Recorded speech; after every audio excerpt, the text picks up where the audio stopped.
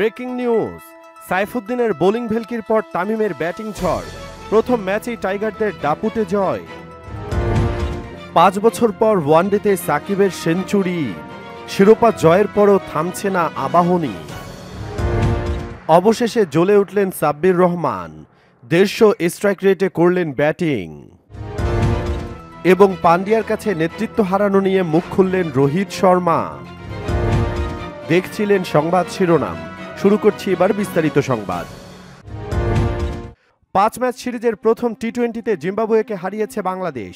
শুক্রবার সন্ধ্যায় টস জিতে আগে বোলিংয়ে নেমে সফরকারীদের অল্প রানেই গুটিয়ে দেয় বাংলাদেশ।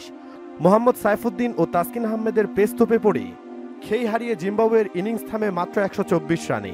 জবাবে শুরুতে লিটনের উইকেট হারালেও তানজিদের ব্যাটে হেসে খেলেই জয় পায় টিম বাংলাদেশ।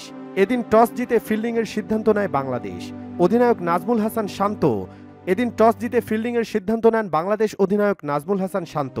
দলীয় মাত্র 8 রানে ওপেনার ক্রেইগ আরভিনকে সাজঘরে পাঠান মেহেদী হাসান। এরপর ইনিংস এগিয়ে নিয়ে যাচ্ছিলেন জয়লর্ড গাম্বি এবং ব্রায়ান বেনেট। জিম্বাবুয়ের দলীয় 36 রানে নামে উইকেটের ধস। 36 থেকে 41 রানে পৌঁছাতে 6টি উইকেট হারায় সফরকারীরা।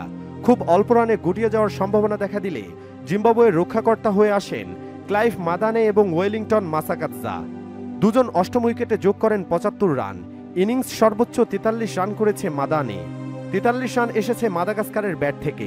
বাংলাদেশের দুই পেসার তাসকিন ও সাইফুদ্দিনের মিলে নিয়েছেন 6টি উইকেট, যার মধ্যে তাসকিন 14 রান দিয়ে 3টি ও সাইফুদ্দিন 15 রান দিয়ে শিকার করেছেন 3 উইকেট। 2টি উইকেট নিয়েছেন মেহেদী হাসান। 2টি রান আউট করেছে বাংলাদেশের ফিল্ডাররা। সব মিলিয়ে বোলিংটা দারুণ হলেও ব্যাটিংটা শুরুতে সুবিধার করতে পারেনি টাইগার ওপেনাররা।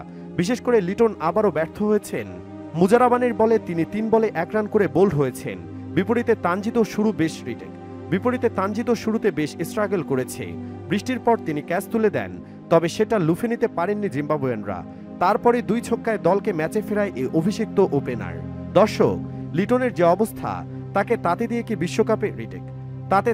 কি বিশ্বকাপে যাওয়া ঠিক হবে? হ্যাঁ বা না লিখে কমেন্টে জানাতে পারেন আপনার মতামত। আসা যাক এবার ডিপিএল এর খবরে। যুক্তরাষ্ট্রে পরিবারের সঙ্গে ঈদের ছুটি কাটিয়ে গত 28 এপ্রিল রাতে দেশে ফিরেছেন সাকিব আল হাসান। 2 দিন পর 30 এপ্রিল কোনো ধরনের অনুশীলন ছাড়াই প্রথম ম্যাচে মাঠে নেমে আবাহনী লিমিটেডের বিপক্ষে 49 রান করেই সমালোচকদের মুখ বন্ধ করে দিয়েছিলেন সাকিব। অনুশীলন ছাড়া মাঠে নেমে দল জেতাতে না পারলেও ব্যাটে বলে কারিশমা দেখানোর সামর্থ্যটা কমেনি এক চুলো। সেটা বিকেএসপিতে চোখের আঙ্গুল দিয়ে দেখিয়ে দিয়েছেন সাকিব।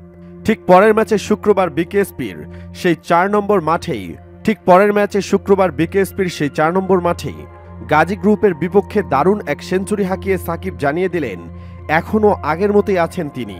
প্র্যাকটিস না করেও রান করতে পারেন, সেঞ্চুরি হাঁকাতেও পারেন। জিম্বাবুয়ের বিপক্ষে 5 ম্যাচ সিরিজের প্রথম 3 টি-20তে খেলবে না সাকিব। তার পরিবর্তে ঢাকার ক্লাব ক্রিকেটের আসর প্রিমিয়ার লিগ খেলে নিজেকে সিরিজের শেষ 2 ম্যাচের জন্য তৈরি করতে হচ্ছে এই বাঁহাতি অলরাউন্ডারের। আর সেই লক্ষ্য পূরণের জন্য পুরোপুরি সফল হলেন সাকিব যে জিম্বাবুয়ের বিপক্ষে একেবারেই প্রস্তুত হয়ে নামছেন শুক্রবার দুপুরের পর থেকে তা আর বোঝার বাকি থাকবে না কারোরই। দারুণ এক শতক উপহার দিয়ে নিজের প্রস্তুতিটা ভালো মতোই সারলেন চ্যাম্পিয়ন অলরাউন্ডার। প্রথম শ্রেণীর ক্রিকেটে অনেকদিন সেঞ্চুরি ছিল না সাকিবের ব্যাটে। ইতিহাস থেকে জানা যায় সেই 2019 সালের বিশ্বকাপ ক্রিকেটে ওয়েস্ট ইন্ডিজের বিপক্ষে টনটনে শেষবার শতক হাঁকিয়েছিলেন বিশ্বসেরা অলরাউন্ডার। আজ 5 বছর পর আবার প্রথম শ্রেণীর ক্রিকেটে সেঞ্চুরির দেখা পেলেন সাকিব। এদিন 79 বলে 7 ছক্কা আর 9 বাউন্ডারিতে 107 রানের ঝোড়ো ইনিংস খেলে শেখ জামাল ধানমন্ডি ক্লাবকে 280 রানের লড়াকু পুঁজি গড়ে দিলেন সাকিব। পরে বোলিংয়ে উইকেট না পেলেও ছিলেন দারুণ ইকোনমিক্যাল, তাতে সহজ জয় পেয়ে যায় তার দলও। বিপরীতে সাকিবের মতোই সেঞ্চুরি হাঁকিয়েছেন আবাহনীর অধিনায়ক মোসাদ্দেক হোসেন। ফতুল্লার খান সাহেব ওসমান আলী স্টেডিয়ামে চিরপ্রতিদ্বন্দ্বী মোহামেডানের বিপক্ষে শুরুতে খানিক চাপে পড়লেও শেষ পর্যন্ত 303 রানে হিমালয় সমান স্কোর করে আকাশী হলুদরা। তাতে চ্যাম্পিয়ন হবার পরও পেয়েছে আরেকটি জয়। অধিনায়ক মোসাদ্দেক হোসেন সৈকত সামনে থেকে নেতৃত্ব দিয়ে মোহামেডানের বিপক্ষে আবাহনীকে বড়সড় পুঁজি গড়ে দিতে রেখেছেন অগ্রণী ভূমিকা। মোসাদ্দেকের বিধ্বংসী সেঞ্চুরিতে লণ্ডভণ্ড মোহামেডান বোলিং ও ফিল্ডিং। ডানহাতি এই ব্যাটারের উইলো থেকে বেরিয়ে আসে 133 রানের বিশাল ইনিংস।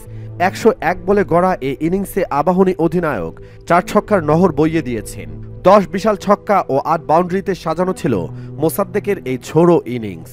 এদিন সাভারের বিকেএসপির 3 নম্বর মাঠে প্রাইম ব্যাংক ক্রিকেট ক্লাবের হয়ে 12 ছক্কায় 158 রান করেছেন জাকির হোসেন। শাইনপুকুর ক্রিকেট ক্লাবের বিপক্ষে শুরুটা ভালোই করেন জাকির। শেষ অবধি 8-4 ও 12 ছক্কা মেরে 132 বলে 158 রান সংগ্রহ করেন এই ক্রিকেটার। একই ম্যাচে 24 বলে 2-4 ও 3 ছক্কায় 40 রানের এক ঝোড়ো ইনিংস খেলেন সাব্বির রহমান। দীর্ঘদিন পর একটা ক্যামিও ইনিংস খেললেন এই ফিনিশার। অন্যদিকে এ মৌসুমের শুরুতে রোহিত শর্মাকে সরিয়ে হার্দিক পান্ডিয়ার কাঁধে নেতৃত্বভার দেয় মুম্বাই ইন্ডিয়ান্স। বিষয়টি নিয়ে জলঘোলা কম হয়নি। সমালোচনার পাশাপাশি প্রায় প্রতি ম্যাচেই দোধনী শুনতে হয়েছে বর্তমান অধিনায়ককে। দীর্ঘদিন পর ইস্যুটি নিয়ে কথা বললেন সাবেক অধিনায়ক। সম্প্রতি টি-20 বিশ্বকাপের দল ঘোষণা করেছে ভারত। দল নিয়ে অধিনায়ক রোহিতের কাছে নানা জিজ্ঞাসা ছিল সাংবাদিকদের। সেখানেই মুম্বাই ইন্ডিয়ান্সের নেতৃত্ব হারানোর বিষয়টিও উঠে আসে। কেন তাকে সরিয়ে হার্দিক পান্ডিয়াকে দায়িত্ব দেওয়া হয়েছিল এমন প্রশ্নে রোহিত বলেন, জীবনের সবকিছু নিজের ইচ্ছে মতো হয় না, এটাই জীবন। সব মিলিয়ে এটা দারুণ একটা অভিজ্ঞতা। মুম্বাই ইন্ডিয়ান্সের রোহিত যে পান্ডিয়ার অধীনে খেলছেন, বিশ্বকাপে সেই পান্ডিয়া খেলবেন রোহিতের অধীনে। এ বিষয়ে অনুভূতি কি জিজ্ঞাসা করা হলে রোহিত বলেন, অন্য অনেক অধিনায়কের অধীনে খেলেছি, এটা আমার জন্য নতুন কিছু নয়। এবারের আইপিএল বেশ ভালো ছন্দেই আছেন রোহিত শর্মা। 10 ম্যাচে তার ব্যাট থেকে এসেছে 314 রান। এ নিয়ে তিনি বলেন, প্লেয়ার হিসেবে আমার যা কর্তব্য গত 1 মাস ধরে সেটাই করার চেষ্টা করে যাচ্ছি। একই সময়ে তাকে প্রশ্ন করা হয়, কেন বিসিসিআই স্কোয়াডে 4 জন স্পিনারকে দলে নিয়েছে, এসব স্পিনারদের নিয়ে তাদের পরিকল্পনাই বা কেমন। তবে 4 স্পিনারকে কেন দলে নেওয়া হয়েছে সে বিষয়ে খোলাখুলি আলাপ করতে রাজি নন রোহিত। ভারতীয় অধিনায়কের আশঙ্কা, তাদের পরিকল্পনা জেনে যাবে প্রতিপক্ষ দলের অধিনায়করা। আর সব পরিকল্পনা যদি প্রতিপক্ষ দল জেনে যায় তাহলে হয়তো বিশ্বকাপে ভালো করতে পারবে না ভারত। রোহিত বলেন, আমি খুব বেশি বিস্তারিত বলতে চাই না। আমি নিশ্চিত প্রতিপক্ষ দলের অধিনায়করা এটা শুনছেন। আমি 4 স্পিনার চেয়েছিলাম। আমরা উইন্ডিজে অনেক ক্রিকেট খেলেছি, আমরা জানি পরিস্থিতি কেমন। খেলা সকাল 10টা থেকে 10:30টায় শুরু হওয়ার সঙ্গে কিছুটা প্রযুক্তিগত দিকও জড়িয়ে রয়েছে। ভারতীয় অধিনায়ক আরও বলেন, 4 স্পিনার বাছাইয়ের কারণ আমি এখন প্রকাশ করব না। আমি 4 স্পিনার চেয়েছিলাম, তাদের মধ্যে 2 জন অলরাউন্ডার এবং 2 জন অ্যাটাকিং লেগই থাকায় ভারসাম্য দেবে। প্রতিপক্ষ দলের উপর ভিত্তি করে আমরা সিদ্ধান্ত নিব কাকে খেলানো যায়। আগামী 1 জুন ওয়েস্ট ইন্ডিজ ও যুক্তরাষ্ট্রে শুরু হবে টি-20 বিশ্বকাপ। সংক্ষিপ্ত ফরম্যাটের বিশ্বকাপের ইতিহাসে এটি সবচেয়ে বড় আসর। দর্শক, এই আসরের মাধ্যমে ভারত কি পারবে দীর্ঘদিন ধরে তাদের ট্রফি শূন্য থাকার খরা কাটাতে? কি মনে হয় আপনার? কমেন্টে জানাতে পারেন যে কোনো ভাবনা। আর অবশ্যই ভিডিওটি লাইক ও শেয়ার করে চ্যানেলটি সাবস্ক্রাইব করে রাখুন। ধন্যবাদ।